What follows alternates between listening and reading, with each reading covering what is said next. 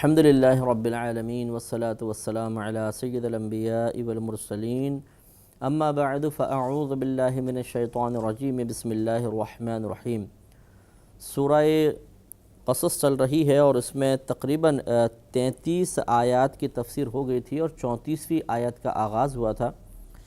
اللہ تبارک و تعالیٰ نے حضرت موسیٰ علیہ السلام کو فرعون کی طرف تبلیغ دین کے لیے بھیجنے کا ارادہ فرمایا، تو جواب میں حضرت موسیٰ علیہ السلام نے ایک درخواست کی تھی کہ وہ پچھلی آیت ہے 33ویں آیت میں انہوں نے عرض کی تھی، جو اللہ نے اس کو نقل فرمایا ہے کہ قال ربی، انہوں نے عرض کی کہ اے میرے رب انی قتلت منہم نفسا، بے شک میں نے ان میں سے ایک جان کو قتل کیا ہے، وہی جو قبطی کو آپ نے مار دیا تھا۔ فاخاف ان یقتلون، تو میں خوف کرتا ہوں کہ وہ مجھے قتل کر دیں گے۔ تو یہ آپ کو پہلے ہی بتایا تھا کہ یہ معاذ اللہ کوئی اللہ تعالیٰ کے ارادے یا حکم کے اوپر اعتراض نہیں تھا یا اس سے انکار نہیں تھا، بلکہ صرف ایک اطمینان قلبی حاصل کرنا مقصود تھا کہ یا رب کریم، میں گویا کہ آپ یوں فرما رہے تھے کہ میں جانے کے لیے تیار ہوں، لیکن مجھے خوف یہ ہے کہ وہ مجھے قتل کر دیں گے، تو اس کی حفاظت کا جو بھی سامان تیرے علم میں ہے، جو تو نے میرے لیے انتظام فرمایا ہوا، اس کو مجھ پر ظاہر کر دے تاکہ میرا دل مزید اطمینان پا جائے۔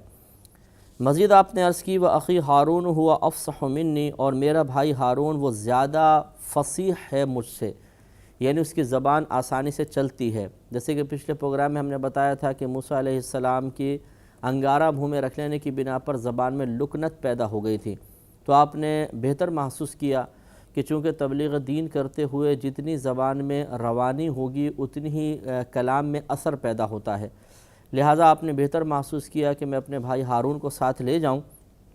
تاکہ اس کی زبان میں چونکہ لکنت نہیں ہے، وہ فصاحت کے ساتھ کلام کرے گا تو یہ زیادہ مؤثر ثابت ہوگا۔ تو یہ عرض کیا کہ وَأَخِي ہارون ہوا افصح منی لسانا، اور میرا بھائی ہارون وہ زیادہ فصیح ہے مجھ سے ازروِ زبان کے، یعنی اس کی زبان اچھی چلتی ہے۔ فَأَرْسِلْهُ مَعِيَ رِدْ أَن يُصَدِّقُنِي، تو اسے میرے ساتھ بھیج دے مددگار کے طور پر تاکہ وہ میری تصدیق کرے۔ انی اخاف ان یکذبون، بے شک مجھے ڈر ہے کہ وہ میری تکذیب کریں گے۔ تو ایک تو اس میں فائدہ یہ ہوگا کہ آپ کو فائدہ محسوس ہوا کہ بھائی بھی ساتھ ہوگا، ایک آدمی کو غلط ثابت جھٹلا سکتے ہیں، ایک تائید بھی حاصل ہو جائے گی کہ میں اکیلا نہیں کہہ رہا ہوں بلکہ میرا بھائی بھی میرے ساتھ ہے۔ دوسرا، وہ ایک مددگار کے طور پر ہوں گے کہ وہ کلام کریں گے تو فصاحت کے ساتھ کریں گے اور ان لوگوں کے بات زیادہ سمجھ میں آئے گی۔ اور تیسری بات یہ کہ آپ سے چونکہ قبطی کا ایک قتل ہو گیا تھا، جسے ہم نے پچھلے پروگرام میں آیات کی تفسیر کرتے ہوئے عرض کیا تھا،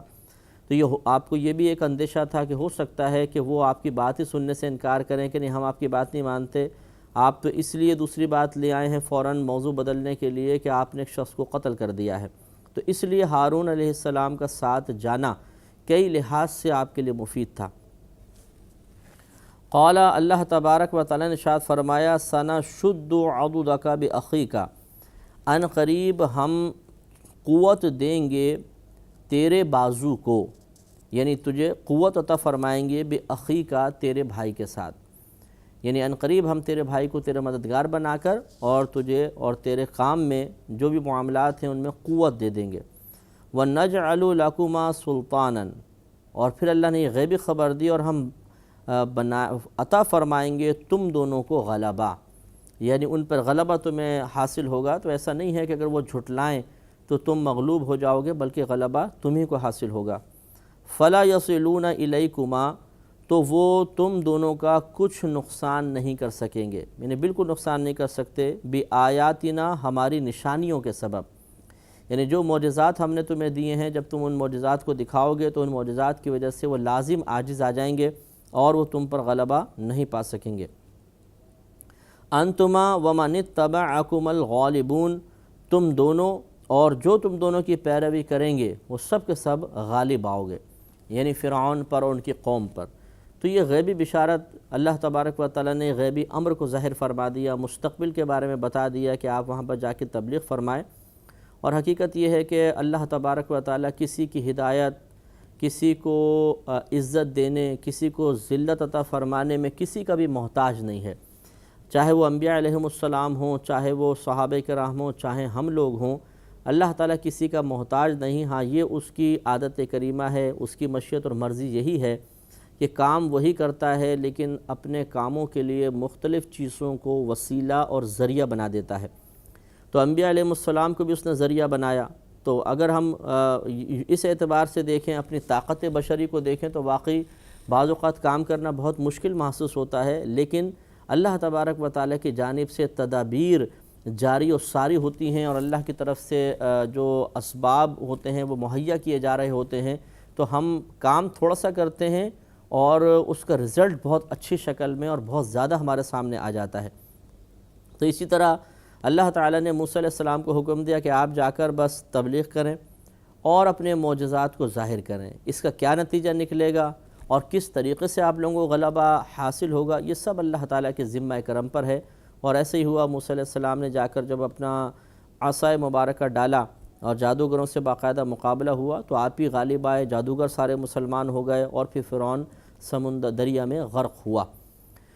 تو اللہ تعالیٰ نے شروع میں ہی آپ کو یہ تسلی عنایت فرمائی، لہٰذا پھر آپ اللہ کے حکم سے تشریف لے گئے تو ارشاد فرمایا کہ فلما جاءہم موسیٰ بآیاتنا بینات، پھر جب آئے ان کے پاس موسیٰ علیہ السلام ہماری واضح نشانیوں کے ساتھ، قالوا تو وہ بولے ما ھذا الا سحر مفترن، کہ یہ تو فقط ایک اپنے پاس سے بنایا ہوا جادو ہے، یعنی معاذ اللہ انہوں نے معجزات کو جادو کہا، اور یہ ان کا عناد تھا، باطنی بغض تھا، ورنہ وہ لوگ بہت جادو میں ماہر تھے۔ خود فرعون کے بارے میں یہ ہے کہ یہ بہت زبردست جادو جانتا تھا اور شعبدہ باز تھا، اور جو جس فیلڈ میں ہوتا ہے وہ اپنی فیلڈ کی ہر چیز کو، اگر وہ ماہر ہو تو ہر چیز کو اچھی طرح سمجھتا ہے، لہٰذا وہ بھی یہ بات اچھی طرح جان گیا تھا کہ یہ معجزات جادو نہیں ہیں،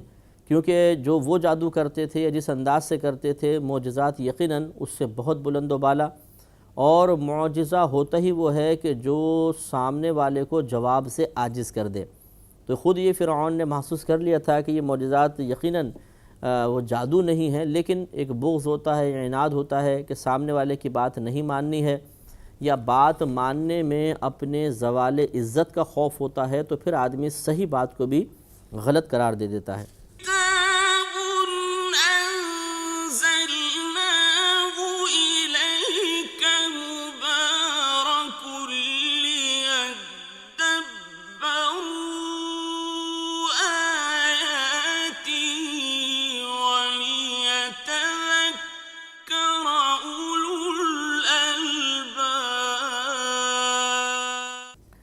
وما سمعنا بهذا فی آبائنا الاولین، اور جب آپ نے تبلیغ دین فرمائی تو انہوں نے کیا کہا کہ وما سمعنا،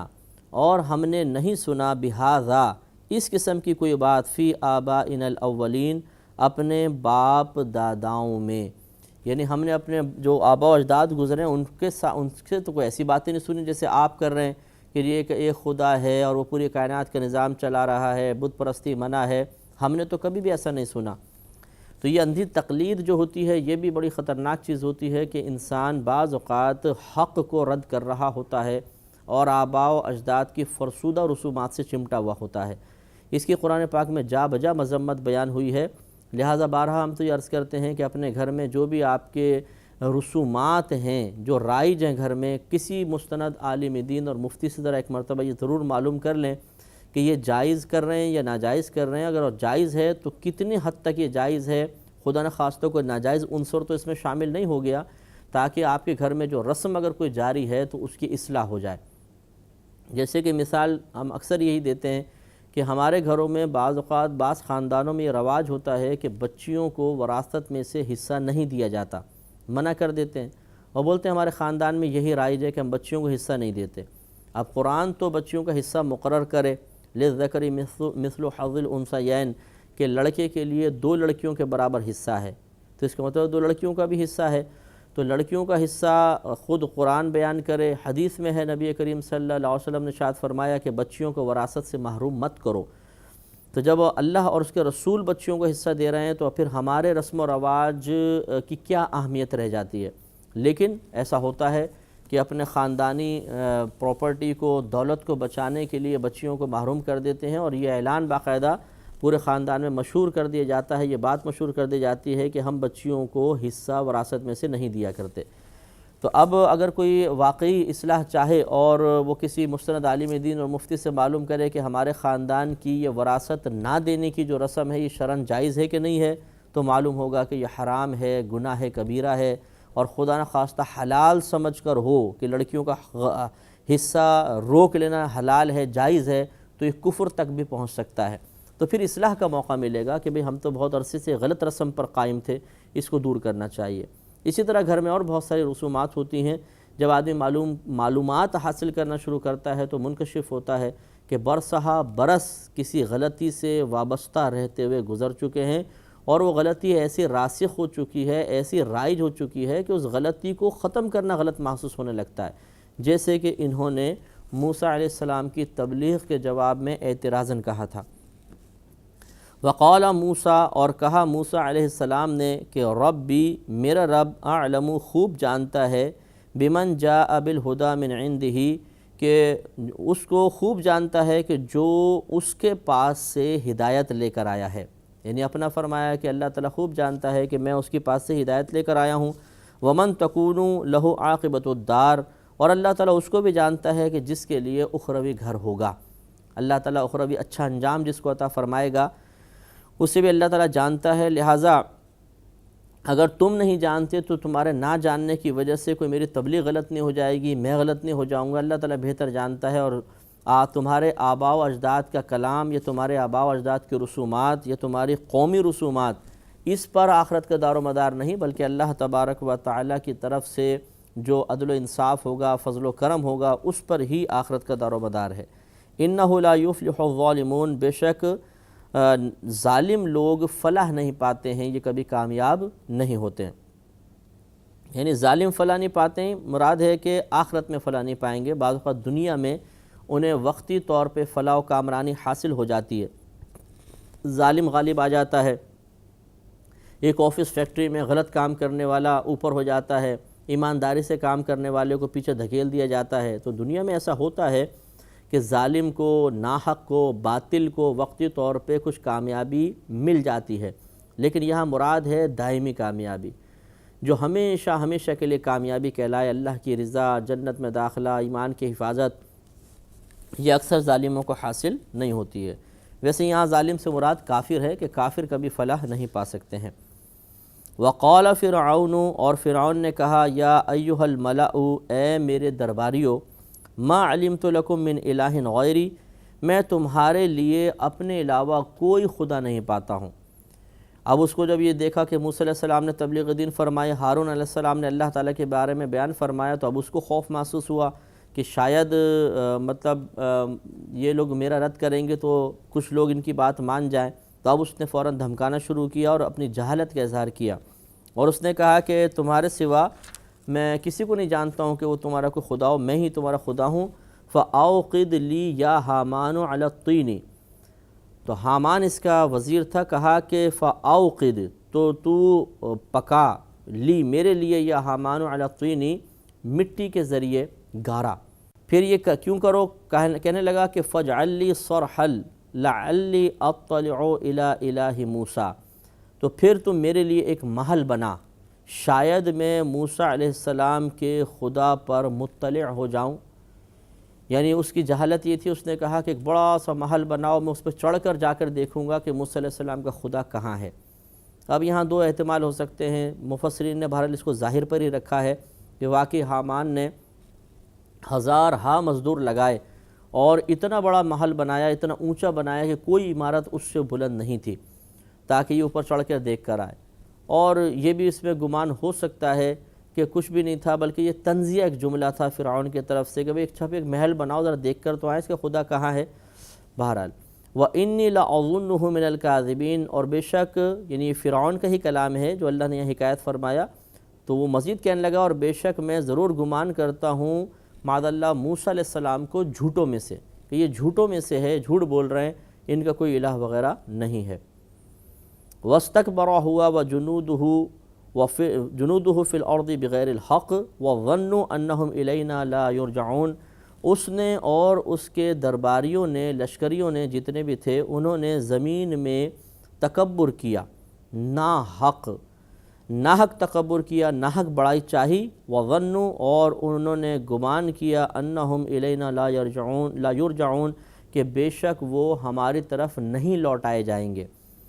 یعنی انہوں نے آخرت کا انکار کیا اور اس وجہ سے ان کے دل میں تکبر پیدا ہوا۔ یہ ہوتا یہی ہے کہ جب کوئی انسان آخرت کو فراموش کرتا ہے تو باطنی خرابیوں میں مبتلا ہوتا ہے، جن میں سے ایک خرابی تکبر کی شکل میں بھی ظاہر ہوتی ہے۔ اگر انسان کو یہ احساس ہو کہ آج کسی کو حقیر سمجھنا کل میرے لیے اللہ تعالیٰ کی بارگاہ میں گرفت کا سبب بن جائے گا، اور آخرت کا صحیح تصور اس کے ذہن میں ہو، تو کبھی کوئی اپنی طاقت کے زور پر کسی غریب پر ظلم و ستم نہ کرے۔ چنانچہ جب اس نے اس قسم کی سرکشی کا مظاہرہ کیا تو اللہ تعالیٰ ارشاد فرماتا ہے فَأَخَذْنَاهُ، تو ہم نے اسے پکڑ لیا، وَجُنُودَهُ اور اس کے لشکریوں کو، فَنَبَذْنَاهُمْ فِي الْيَمِّ اور ہم نے انہیں دریا میں پھینک دیا، فَانظُرْ كَيْفَ كَانَ عَاقِبَةُ الظَّالِمِينَ، تو تم دیکھو کہ ظلم کرنے والوں کا کیا انجام ہوا، کتنا برا انجام ہوا۔ وَجَعَلْنَاهُمْ أَئِمَّةً يَدْعُونَ إِلَى النَّارِ اور ہم نے انہیں پیشوا بنا دیا، ائمہ مانے پیشوا، امام کو کہتے ہیں جو آگے ہوتا ہے، ہم نے انہیں آگے ہونے والا بنا دیا، یدعون الی النار انہیں آگ کی طرف بلایا جاتا ہے، وہ بلاتے ہیں، انہیں بلایا جاتا ہے آگ کی طرف، یعنی ہم نے انہیں بنا دیا ایسے پیشوا کہ بلاتے ہیں وہ آگ کی طرف، وہ پہلے آگ کی طرف بڑھ رہے ہیں، جہنم کی طرف، وَيَوْمَ الْقِيَامَةِ لَا يُنصَرُونَ اور قیامت کے دن ان کی مدد نہیں ہوگی۔ انشاءاللہ اس پہ مزید تھوڑا سا ہم جتنا ہی واقعہ گزرا اس پہ کلام کریں گے اگلے پروگرام میں۔ وآخر دعوانا ان الحمدللہ رب العالمین۔